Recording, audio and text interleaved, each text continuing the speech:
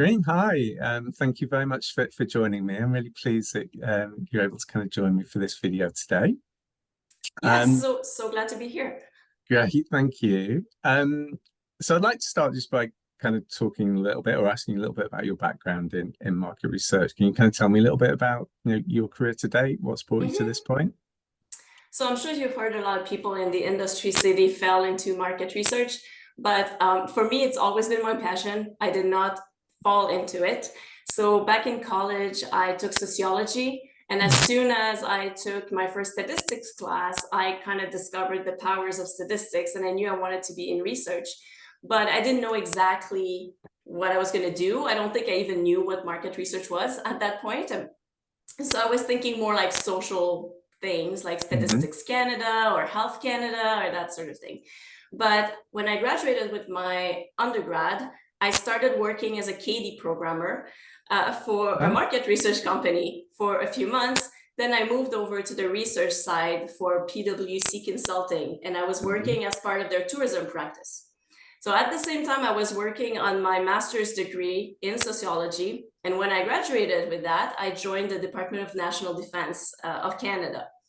And there it was a qual quant role. And my role was kind of responsible to try to figure out what quality of life means for military personnel and their families, which was really fascinating because I didn't have any prior military experience. I was a civilian. So it was a whole different culture to me. So I love that, but eventually life made me move to San Francisco, where I joined TNS, went back to market research Mhm. there.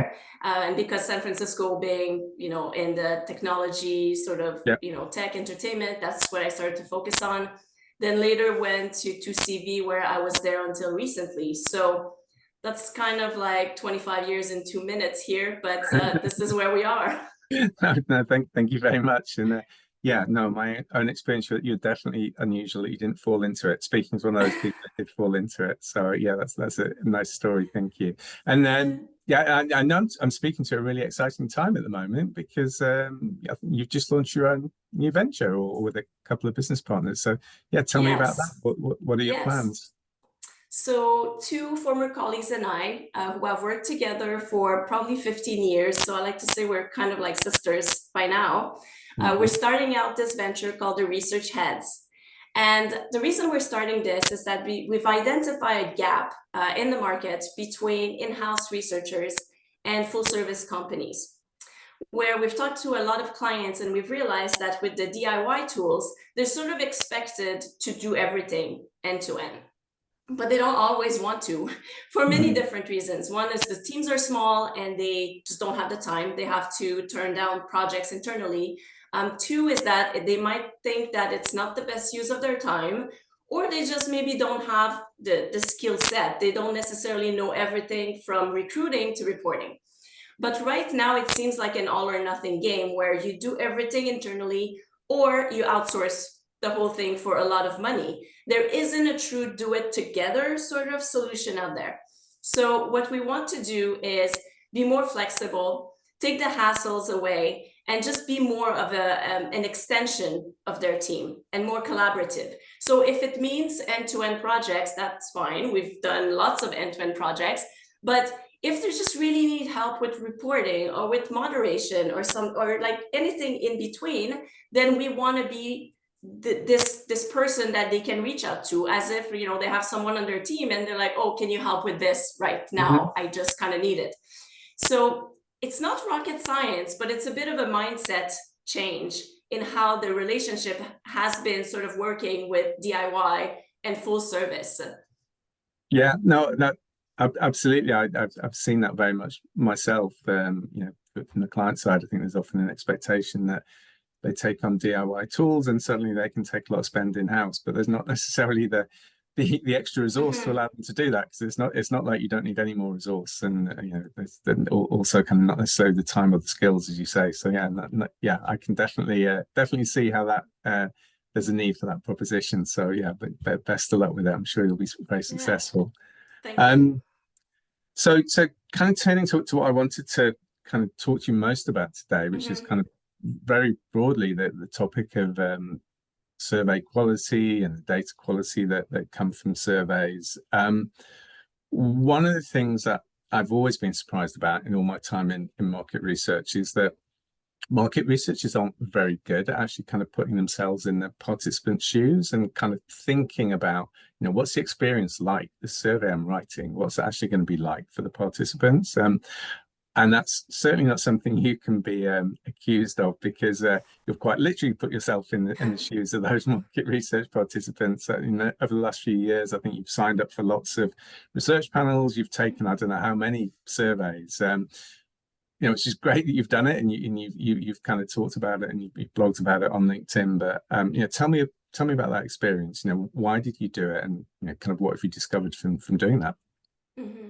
So I did not wake up one day thinking I'm going to join panels and then I'm going to write about it on LinkedIn. That's not Yeah. exactly what happened. Honestly, I was on Twitter. I saw an ad for paid surveys and I was like, oh, okay, that's how it works. So I clicked on it. I signed up for what I thought was going to be one panel, but then I got 8 different invitations from different companies. Mm-hmm. So I signed up for all of them and I started taking surveys. And I think you might think, oh, you're not a regular, panelist or representative because you're in the business. But the reality is I've never worked for a panel company. So a lot of this was brand new to me and it was really eye-opening. And what I realized is that some of the problems that we're seeing in the data can be traced back to the sampling ecosystem and to that panelist experience. So it was really a learning experience. And that's why I kept doing it. And it's probably 500 surveys attempt by now. Wow, that's a huge number. Yeah, yeah. And I suppose kind of what some of the key learnings you've found from that. I mean, we all know there's a lot of issues with data quality, but from your speaking about the experience of being a participant, what are the types of things you've seen that you've kind of looked at them as a market research and thought, well, this isn't going to work. I can see how doing this is kind of leading to poor data quality. I mean, one of the things that you see more often than you would think are leading questions that are everywhere. Some are in the form of a pre-screener, so they are put there by the panel, just like literally saying, are you an IT decision maker? And then this is when you realize your incidence rate is like 70%. and then that's just not normal. But sometimes it's also the researchers writing leading questions in their screener. Are you an architect, or are you the parent of a 13 to 17-year-old? So it's these sort of things that I notice a lot. Yeah. And do you think one of the things, obviously, with DIY, I mean, it's good in the sense that it's kind of democratized research and created more access to research and insight. But on the other hand, it means a lot of people writing those surveys don't have the training of a market researcher. I mean, do you think, is that kind of an issue you've seen? Is that kind of evident? You've kind of taken surveys and thought, well, no researcher would have written them like this? No, it's an interesting question because I'm, sample size of 1. This is very anecdotal. But what I notice is that some of the most tedious surveys out there are written by the largest market research companies. They're not DIY, okay? They're like old trackers that should be retired. They're very transactional. The questions are sort of long. They just don't, like, the UI is not good, and they're very granular in what they ask. They try to deconstruct this entire experience in so many ways that people really can't relate to because they're not as close to this topic. On the DIY side, what I've noticed is the lack of quality control checks in them, especially in the screener. But the other thing is sort of this assumption that you are an engaged category buyer. You're like, for example, I had a question recently about how many pairs of shoes I've purchased in the past year, and there was none, because everybody must be buying shoes at least, once a year, but I don't. I work from home. I never leave my house. The other thing you might have noticed once on LinkedIn too, I had this question about the peanut butter, where they were asking how sad it makes me feel when I run out of peanut butter. Yeah. But I think nobody thinks really about peanut butter like this, unless maybe you're a peanut butter manufacturer. So this is what I've noticed, but it's really not clear cut. I don't think we can say, all agencies surveys are great and all DIY is bad. It's a lot more complicated than that. Yeah, that makes sense because I suppose on the agency side, there's a lot of kind of market researchers who get into kind of market research speak, which is where you have these kind of long, convoluted types of questions that are kind of written a certain way and not necessarily how the consumer speaks. But on the marketing side, as you kind of spoke to there, really, marketers need to remember that they're not the consumer, and consumers actually have a very different view and kind of approach to the category than maybe they do. So, I can Exactly. completely relate to that.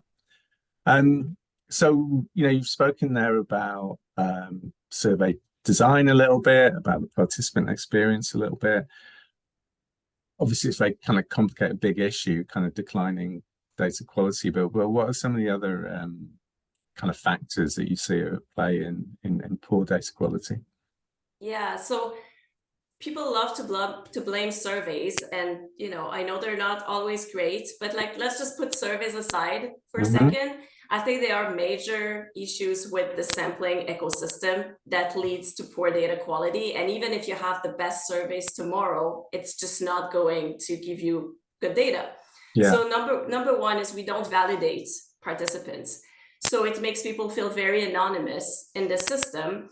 And if you feel anonymous, there's no real incentive to provide a good data, because you can easily fly under the radar, even if you provide mediocre data. yeah, Then the other thing is we're not making any effort to match people to surveys they will qualify for. So that leads to a really poor experience, because you have people kind of spinning in the system trying to qualify for a survey 70% of the time. At least that's the statistics that I came up with, because on right. this one panel, there's this one panel with a like very clear survey activity for me that I put in a spreadsheet. And Hmm. then I started deconstructing, everything from how much I earn to how often I qualified. So 70% of the time I screened out. So that's a bad experience. And then the third thing are low incentives. So when you combine all of this, you're just basically creating a system where it's very difficult, if you're an honest person, to be successful in that. So you end up just kind of attracting more fraudsters, more professional respondents who have Yeah. figured out how this works, and they can find their way in the surveys, especially with the leading questions, and then they just do a lot of them, and that's how they make it worthwhile for them. Yeah, yeah, and yeah, it's quite depressing when you kind of hear you talk about that. But I think those are all factors that people have worked with a lot of their survey data will kind of observed all of those things. And one of the things that I've recently put out an article kind of talking to some of these topics, and it kind of starts from the kind of the rise of synthetic data and the controversy around synthetic data. But one of the things, it doesn't surprise me that's controversial, but what surprised me a little bit is some of the naysayers about synthetic data.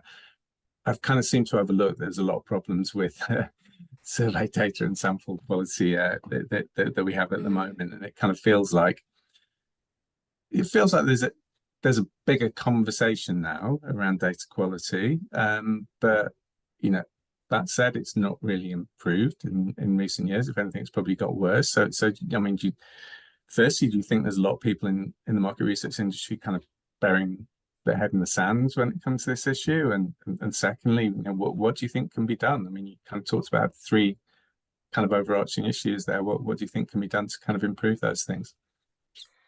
Well, I think people are trying to protect their interest, right? I guess and as part of that, there's a lot of downplaying the crisis of data quality, I guess. And you have your AI washing. We also have our data quality washing, Mhm. because if you Yeah, read the websites, everybody has best data quality, and everybody does all of these things to get the best data quality. But at the end of the day, it's objective, right? And everything is kind of a threshold. So even if you use a fraud detection software, what's the threshold? Like 1%, you're blocking 1% of traffic, or you're blocking 40% of the traffic, right?